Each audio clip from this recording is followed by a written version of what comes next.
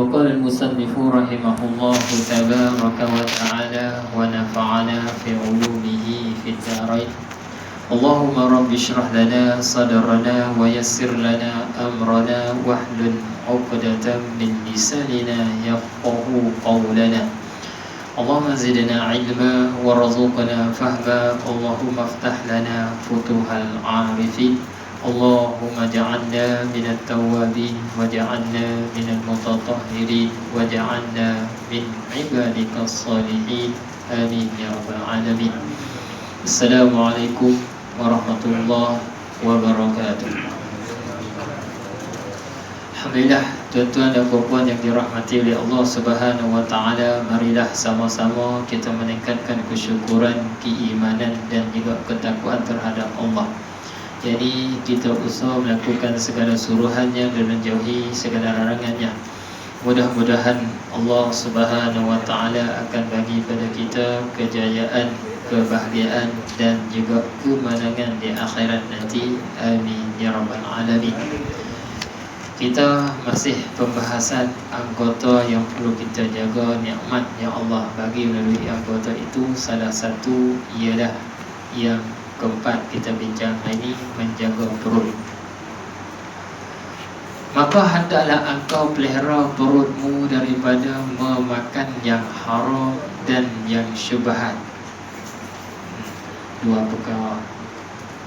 Nah, mau tak mau, yang pertama mesti jangan terlibat dalam bab makan minum kita ataupun mesuapkan makanan bagi ahli keluarga kita daripada sumber yang haram. Nah, sebab tu bukan makanan yang haram saja, sumber yang haram pun tak boleh. Mana dapat cara haram. Makanan yang nampak tu halal tapi cara dapat tu haram, jawapannya haram. Nah, tapi kalau makanan tu haram, cara dapat tu halal, tu tak betul ya dah wah. Nah, tuan-tuan, orang boleh faham makanan yang haram, tapi banyak orang tak berapa faham cara dapat tu haram ke tidak. Lepas tu nah, makan ikan, lembu, ketan, nasi, semua tu halal, tapi kalau cara dapat tu haram, maka otomatik jadi haram. Nah, sebab itulah Allah sebut hurrimat alaikumul maitah, diharam atas kamu bangkai.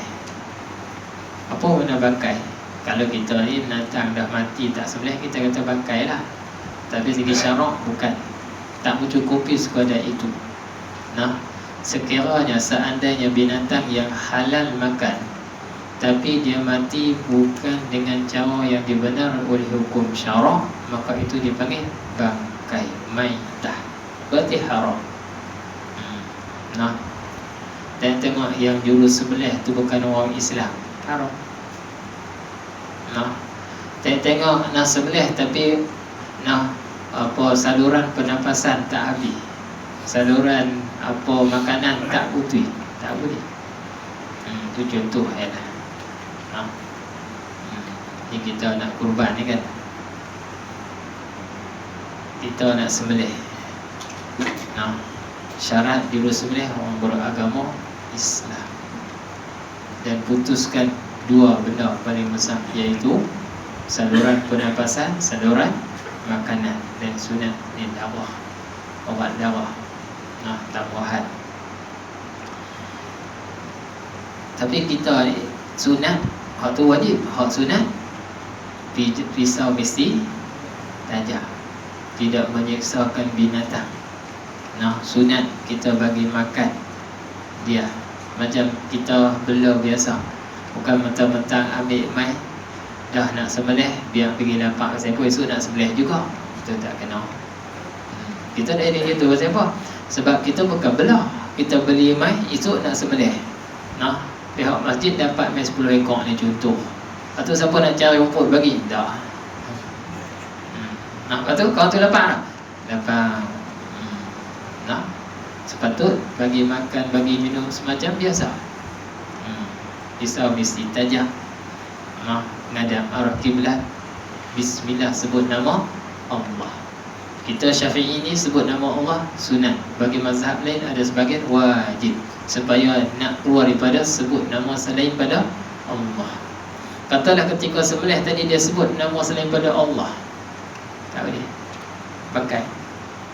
Aku sembelih kerana mambang tanah, nipu bila ni. Nah, dia berniat hantu raya ke apa ke.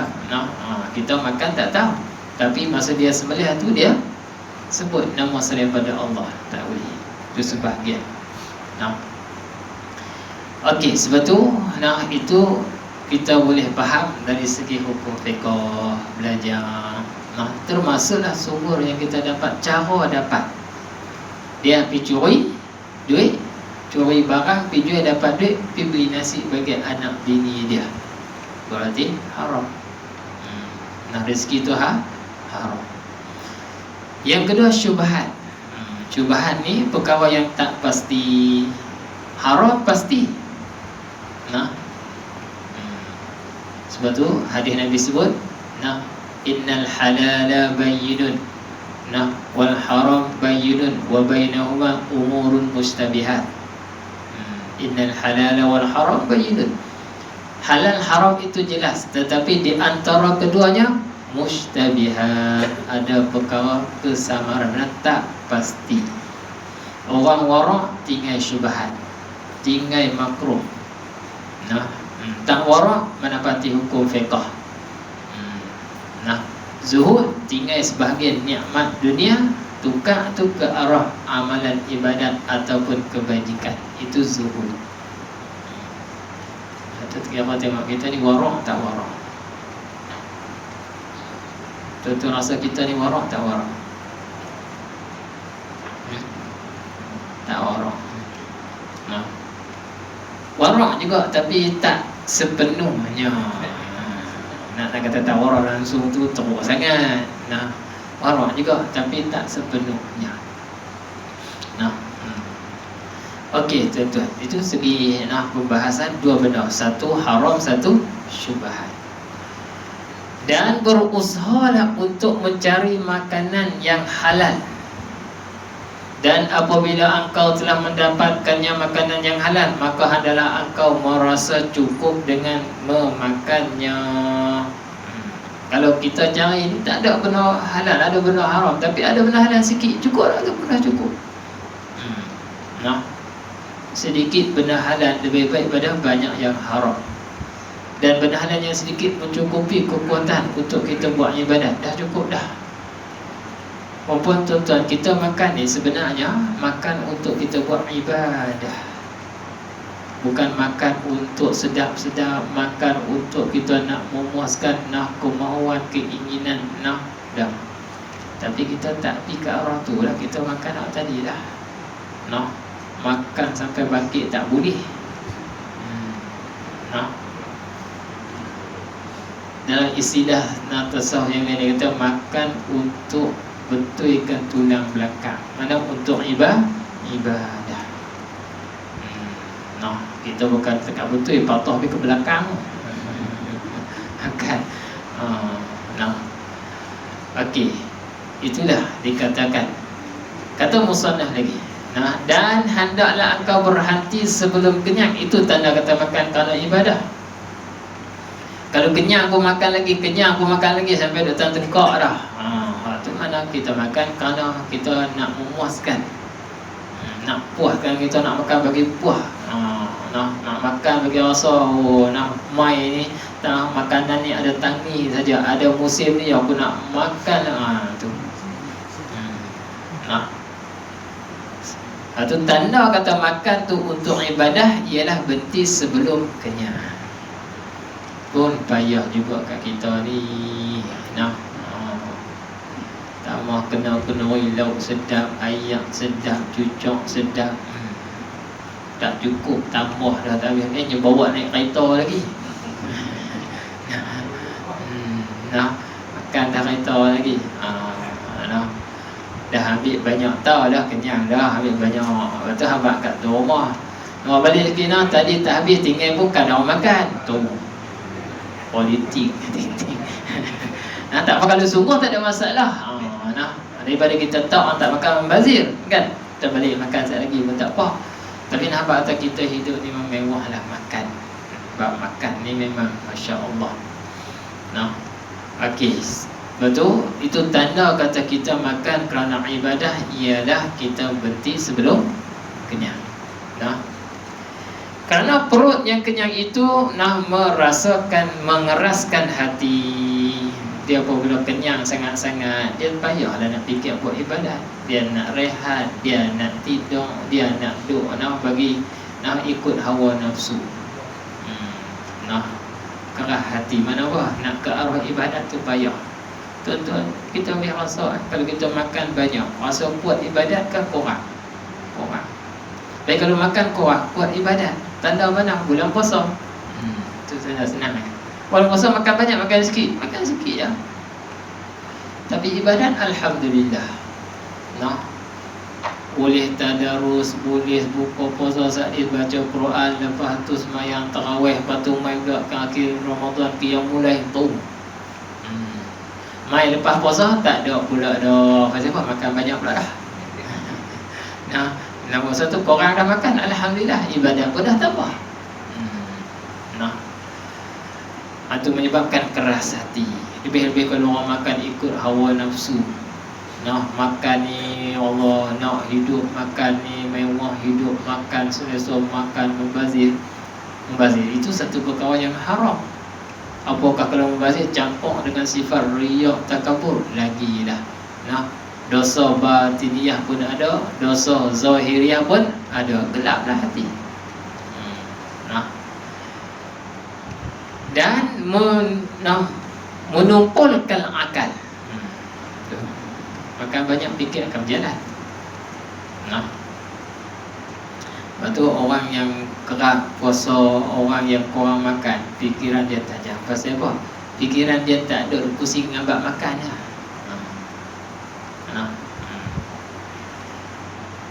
Saya dengar satu orang, dia berjaya dalam pengajian kerana dia tiap-tiap kali nak periksa, dia akan puasa. Dia puasa dah Senin hari, tapi kalau dia nak periksa masa dia mengaji, dalam tempoh seminggu, sebulan tu, sampai habis periksa dia akan puasa hari-hari. Pasal apa dia puasa? Sebab dia kata kalau dia puasa, bukan sekadar dia dapat pahala puasa, tapi dia boleh ambil masa makan, duk buat persiapan makan tu dengan baca buku untuk periksa. Hari periksa pun tak nak fikir. Orang dah fikir nak makan sekejap lagi, tak, dia tak nak fikir. Pasal apa? Dia puasa. Atau dia kata apa? Lepas periksa habis tu pun makan puas hati. Tapi kita boleh faham di situ dengan sebab kita korang makan akal ataupun kecerdikan. Fikiran kita terbuka. Yang seterusnya kata musannif kita lagi, dan memberatkan anggota daripada berbuat ibadah. Memanglah kalau dah berat buat ibadah, tak mesti badan besar. Ada orang badan besar tapi rajin buat ibadah. Tapi segi zahir macam tu lah. Kalau dah berat 120, katalah ni saya ambil banyak pasal tak ada dalam surah ni 120. Maka payahlah nak semayang, nak bergerak, susah lah. Apa lu susah? Sifat lemah tu, dia mainlah fikir Allah.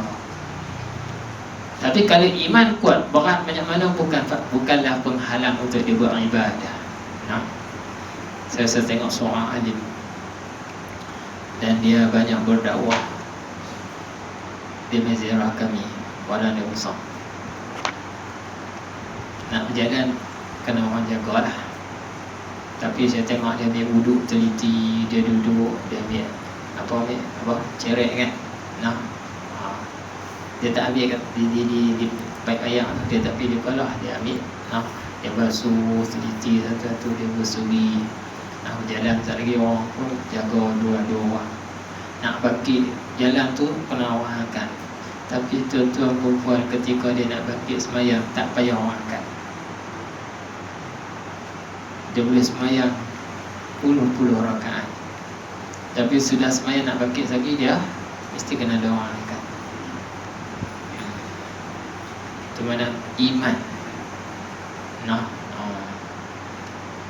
kita kalau bagi Allah uji tawaduk, mungkin badan dia dah umur 80 ni payah dah nak turun kan. Kalau umur 40 tu boleh lagi, 50 boleh lagi, tapi kalau 80 beruban habis. Tapi iman. Okey. Itu segi tersurat dan tersirat dua-dua sekali. Dan mencari ilmu, nak mengaji pun payah lah, penat, letih, mengantuk, ada semua. Dah makan banyak.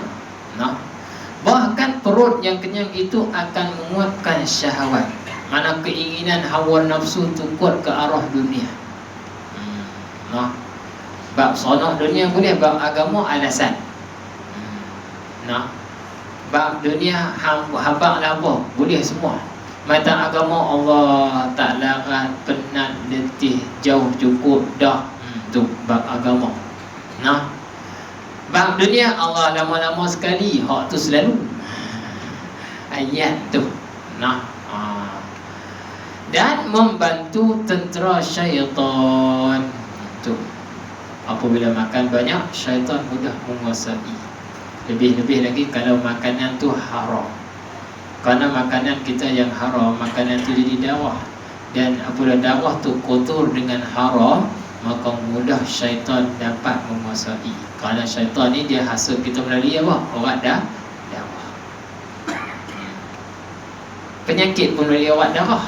Cuma penyakit dia kait dengan tuan-tuan nak bersih ke tak bersih makanan yang kita makan.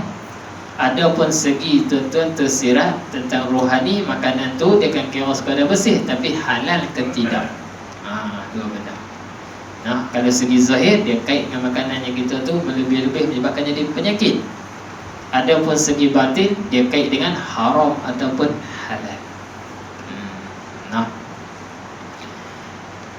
Dan kata musannif kita ni, kenyang dengan yang halal adalah punca segala kejahatan. Maka betapa pula kalau kenyang dengan yang haram. Kenyang dengan sebab halal pun boleh jadi macam-macam. Tu hak cerita tadi tu hak halal saja. Tapi kalau kenyang tu dengan benda yang haram, lagi teruk lah. Dia akan sentiasa mendorongkan tuan dia untuk buat maksiat. Lepas buat maksiat 1, 2, 3. Tapi kalau kenyang yang haram, boleh buat kepada maksiat. Tapi kalau yang haram, dia akan jadi apa? Anak buah syaitan. Sebab itulah ayat Quran turun main 3 ayat yang mana memberi makna berbeza, tetapi semua kait dengan tentang makanan yang halal. Pertama Allah kata, ya ayyuhan nasu kulu mimma fil ardi halalan tayyibah wa la tattabi'u khutuwatis syaitan innahu lakum aduwwum mubin. Wahai manusia, makanlah makanan yang halal dan lagi pula baik. Mana manfaat. Bukan makan benda tak manfaat. Mana dua? Satu halal, dan kedua halal pula ada manfaat, ada khasiat. Bukan makan benda halal tapi tak ada manfaat. Apakah kalau makan benda yang membawa pada mudarat? Wala tattabi'u khutuwatis syaitan, jangan kamu ikut jejak langkah syaitan. Innahu lakum aduwwum mubin, sesungguhnya syaitan itu musuh kamu yang nyata. Berarti kita boleh faham makna ayat ni sebaliknya, ialah siapa yang makan benda yang haram mudah dihasut oleh syaitan. Itu ayat pertama. Ayat yang kedua, Allah tuju pada beriman, ya ayyuhalladzina amanu kulu min thayyibati ma razaqnakum washkuru lillahi in kuntum iyyahu ta'budun. Wahai orang beriman, makanlah yang baik. Ya ayyuhalladzina amanu kulu min thayyibati ma razaqnakum. Apa perasan? Ayat pertama Allah kata halalan thayyibah. Ayat yang kedua Allah tak sebut halal, tapi Allah kata thayyibah saja, tak ada halal. Kenapa? Dari segi Islam, tuan-tuan puan-puan, apabila sebut kata makanan tu baik, manfaat, ada khasiat, mesti halal. Makanan yang haram walaupun nampak macam ada khasiat kebaikan, tapi sebenarnya mudarat. Macam contoh ni, saya dengar seorang ustaz tu, dia kata dia baca kajian Mak Saleh. Dia kata kenapa orang Islam nak makan binatang kena sembelih. cara lain tak boleh. Sedangkan cara mati binatang ni banyak kan. Orang nak makan ni, ada orang ambil motor tang kepala, ada orang shock current, ada orang tebuk sikit, macam-macam cara. Tapi Islam semua tu tak boleh sebab syarat tadi. Kena putuskan dan darah terpancar. Sebab itulah syarat ketika kita sembelih, dia mesti ada hayatul mustaqirrah. Mana dia mampu boleh hidup kalau kita tak sembelih. Kalaulah kita tak sembelih pun dia pun dah nak mati dah. Walaupun kita sembelih tadi orang Islam bismillah semua ikut betul penuh dengan syarat. Tapi sembelih-sembelih darah pun tak terpancar apa kelopak kelepiak. Dah. Lepas tu suara pun tak ada. Berarti binatang tu tak boleh maitah, bangkai. Pasal apa? Dia tidak ada kemampuan untuk hidup. Mana kalau tak sembelih pun mati. Apa yang hayatul mustaqirrah. Kita biasa tengok satu klip kan, orang sembelih kurban, pakat lama, duduk pisah lembu tu, dah ikat kaki, tarik kepala kawan tu duduk macam tu, kawan tu kata buat ni sikit, kawan tu kata buat tu sikit, lalang terjelek kan, keluar lidah.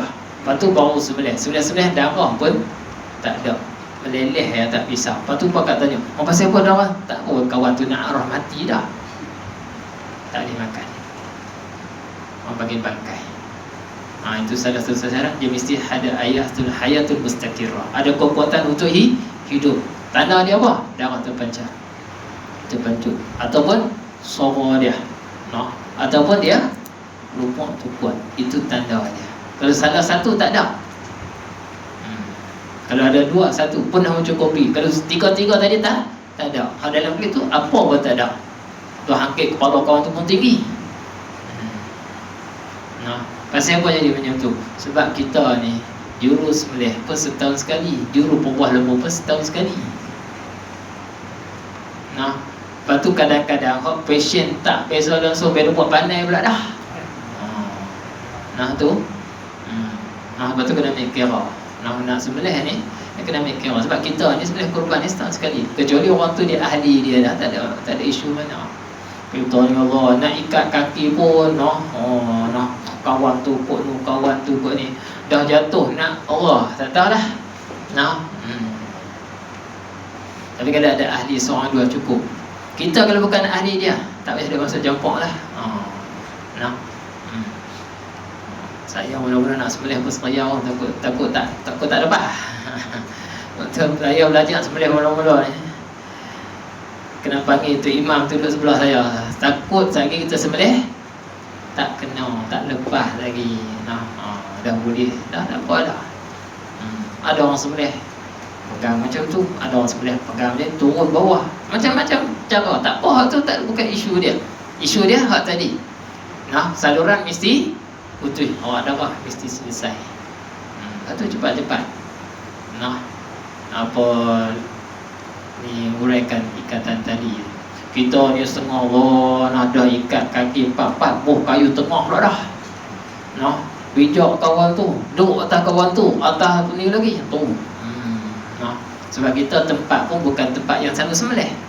Kalau tempat yang selalu sembelih tak apa. Saya biasa juga pergi sembelih kurban satu tempat tu, tempat yang duduk sembelih dia, tempat sembelih hari-hari. Dia ikat kaki satu lah. Dia ikat kaki satu. Tak ingat, kalau ingat saya macam tu, ikat kaki sebelah lah. Atas, bawah ni pasal dia takkan ni dah. Dah jekal apa semua kan. Lepas tu lembu yang saya nak sembelih tu, lembu pertama. Dah dia buat je, dia kata ustaz masuk sembelih. Saya macam tak percaya. Betul ke cara macam ni kan? Dia tu macam ni kena sembelih hari. Saya pun tak yakin. Saya kata wah, Pak Long duduk sebelah saya, dia juru sembelih situ saya tiap hari. Tak apa ustaz, tak apa, tapi saya nak Pak Long duduk sebelah saya juga. Semangat. Tak apa kalau dia ahli dia. Kan kita tengok kalau luar negara sembelih lembu tak kena ikat apa pun, dia pegang tutup mata, dia faham macam tu. Tak apa, kemahiran masing-masing. Cara mana pun tak apa. Kita tak boleh kata kita cara yang terbaik dah. Yang terbaik apa? Pisau mesti tajam, cepat kan mati. Nabi kata fa idza qatantum fa ahsinul qitlah. Fa idza zabahtum fa ahdinu zibhah. Apabila kamu nak bunuhkan binatang yang boleh bunuh, maka memperelaklah pembunuhan itu. Apabila kamu nak sembelih, memperelaklah sembelihan itu. Nah, kalau boleh nak sembelih yang pertama, jangan bagi yang kedua nampak. Walaupun yang nampak pun dia akan tahu apa. Tapi sunat jangan bagi dia nampak, ambil kain halang. Itu sunat. Itu semua fa'ahsinul kitlah. Nah, fa'ahsinul zibah, memperelokkan pembunuhan dan juga sembelihan. Okey, nah. Kata musannif kita lagi. Nah.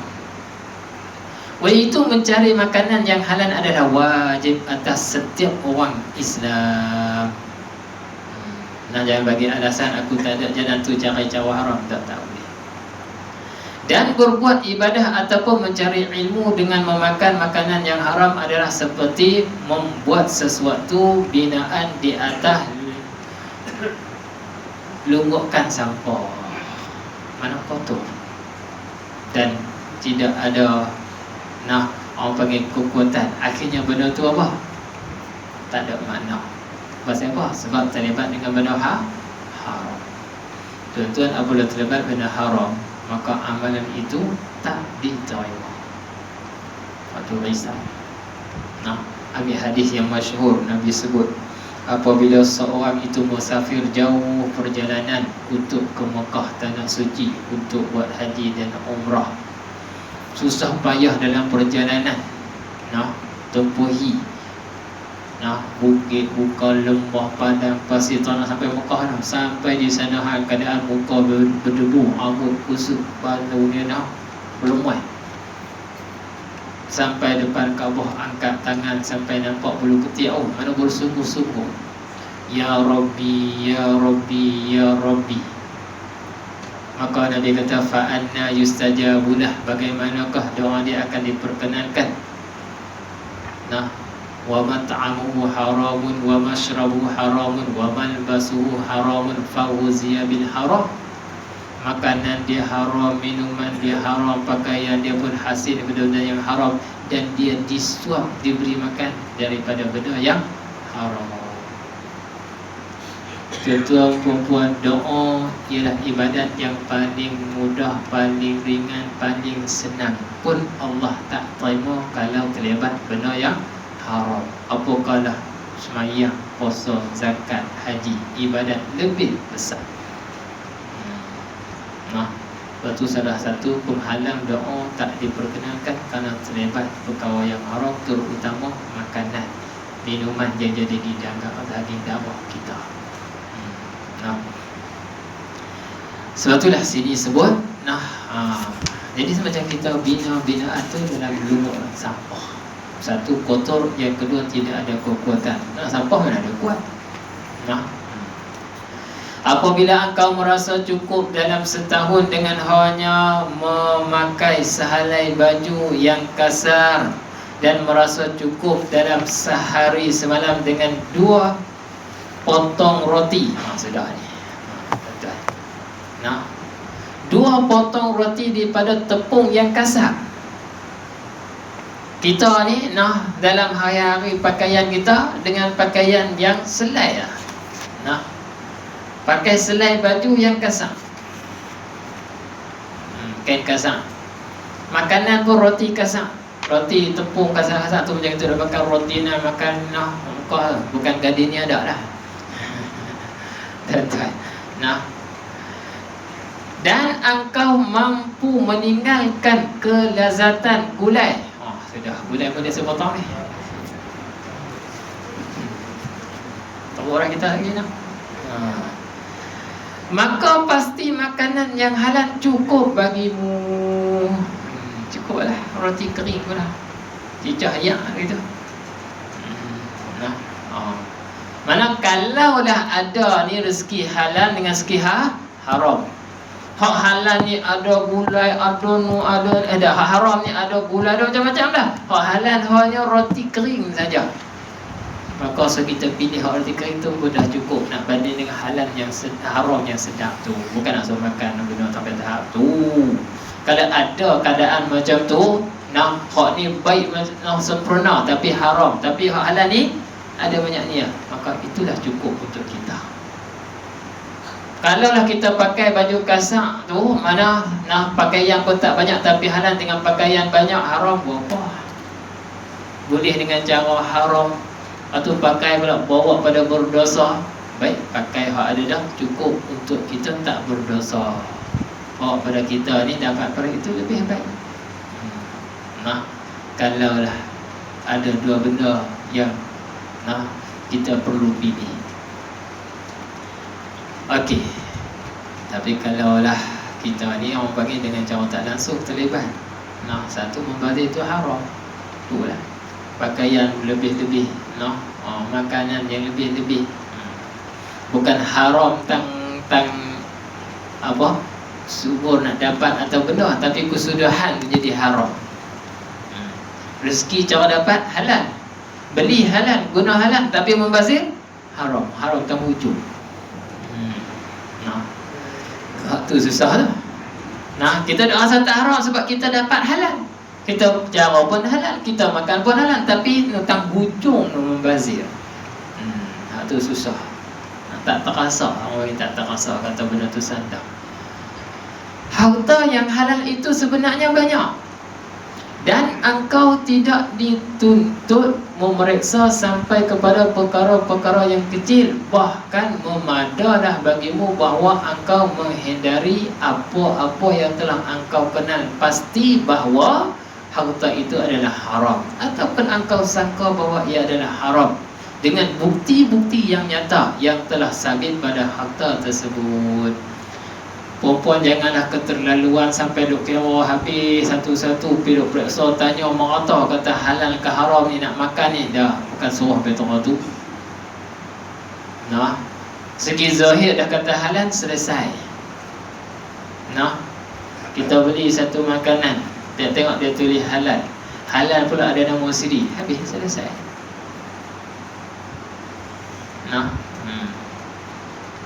Tapi kalau kita ni rasa ragu-ragu tinggal. Tapi tengok ni halal, tulis halal tapi nama siri tak ada, tapi nama peroran tu ialah Pak Ahmad. Yang tu mana? Segi anggaran ataupun anggapan kita halal tak? Halal lah, sebab nama pun Ahmad, dia pun halal tapi tak ada nama siri. Kita boleh ingat kata halal, kita pun makan bertahun-tahun.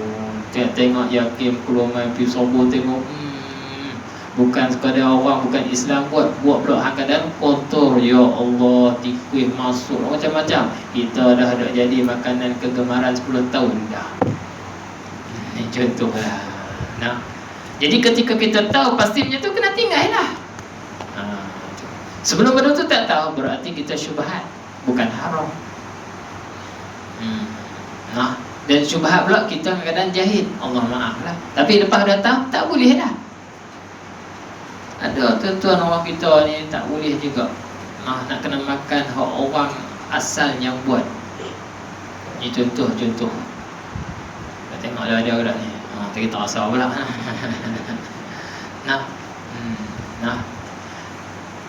Dia nak kena beli gawah India buat. Kalau India tak buat, dia kata bukan ori. Dia kena beli juga. Dia buat apa-apa, makan apa, tosek ke apa-apa, kari ke, atau apa, hak kacang apa banyak tu panggil apa? Tak, dia pergi beli juga. Tu orang panggil apa? Ikut perasaan. Nak rasa dia orang panggil nak buat macam mana. Saya nampak 4-5 orang, tapi orang tu main masjid surau, lagi mengaji, tapi bukan taman ni. Tak salah cari. Kita orang kata dia beli juga. Pasal apa? Dia kata kalau tu dia tak rasa nak makanan ori betul. Dia bukan kira ori, kita ni bukan kira ori, kita kira halal. Atau teh masalah. Ni dah teh masalah. Ataupun tak tahulah, wallah tak tahulah dia betul. Tapi banyak kali saya tengok kerap kali orang tu singgah. Dia tengok cuma tak kata apa lah. Cuma nak habaq kita tuan-tuan, kita bukan nak makan sedap. Bukan sekadar nak, sekadar sedap. Tapi sedap tu kena ada halal. Halal segi syarak, bukan kita duk rasa-rasa. No? Tapi kalau orang warak, kalau walaupun makanan tu halal, tapi orang yang buat tu bukan Islam, dia tinggallah, dia cari hak lebih bersih. Tuan-tuan, saya ambil contoh ni. Makanan ni dua-dua buat cara betul segi hukum syarak. No? Hak ni orang bukan Islam buat, hak ni orang Islam buat. Dua-dua buat betul hukum syarak, berarti dua-dua halal. Walaupun yang proses satu lagi tu bukan Islam, dua-dua halal. Tetapi kalau kita orang yang warak, dia akan pilih orang Islam buat. Pasal apa? Orang Islam dia semayang. Nah, kita ke arah tu, membawa pada berkat. Sebab tu tuan-tuan, kita bukan sekadar nak halalan thayyibah, tapi nak pada apa? Thayyibah tu buat pada berkat. Tetapi kalaulah tuan-tuan, dua orang ni proses makanan yang sama, tapi hak orang bukan Islam, dia buat cara betul dan halal. Tapi yang Islam ni pula buat tak betul cara Islam, tapi dia orang Islam buat. Tuan-tuan kena pilih hak ni, hak orang bukan Islam ni. Sebab apa? Sebab ini halal. Bukan tengok tang orang buat saja.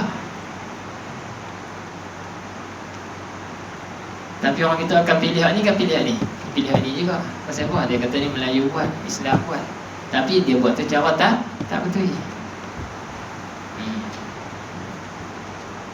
Tu pun payah kat tu, Hak tadi dia kira sedap, hak ni dia kira apa? Aku Melayu Islam, betul tak betul aku tak kira.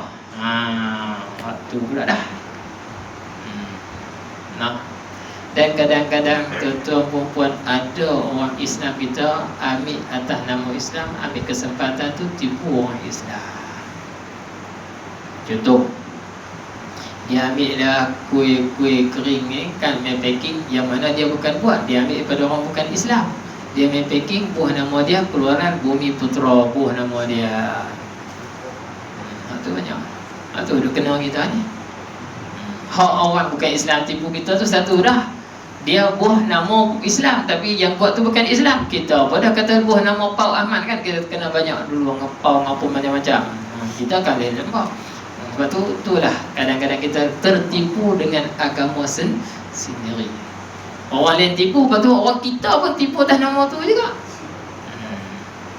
Nah, okey, itu tambahan yang kadang-kadang berlaku dengan cara tak sedar. Nah, maka tangguhlah orang yang tipu tadi, guna ambil kesempatan. Nah, macam saya sebut malam ni di mana. Nah, tuan-tuan tahu tak, salah satu makanan nak bagi tahan lama. Nah, gulai-gulai tu nak bagi tahan lama 2-3 hari pun tak basi. Tahu tak buah-buah? Buah cacing.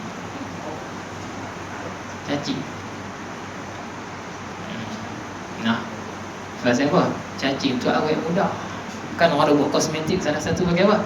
Cacing lintah. Tapi dia tak boleh sekok-sekok. Takkanlah dia boleh sekok-sekok. Kita makan tengok cacing tu panjang. Tak ada orang boleh habis kedai tu. Dia tak boleh macam tu. Dia ambil cacing tu, dia buat dalam kain putih, dia ikat, dia mula puyuh.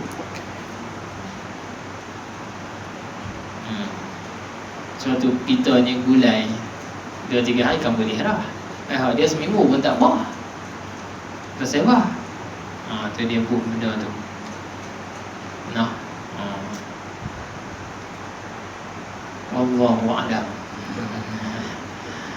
Nah, Wallahu a'lam. Satu lagi. Nah, saya pun tak pasti ni, adakah segi hukum syarak tu benar ke tidak, tapi digunakan pakai kebanyakannya. Nah, sebahagian gulai-gulai nasi kandar dia guna bunga ganja. Betul? Kaskas tu, masa dia tahu kaskas tu bunga ganja. Nah, ganja tu, dia kalau sekadar ubat tak apa, tapi kalau mukhayan tak boleh lah. Tapi kaskas tu dia bukan mukhayan, dia bagi kita rasa apa, sedap dan nak makan lagi. Betul tak? Nah, sebab tu orang makan nasi kandar, dia apa? Ketagih. Nah,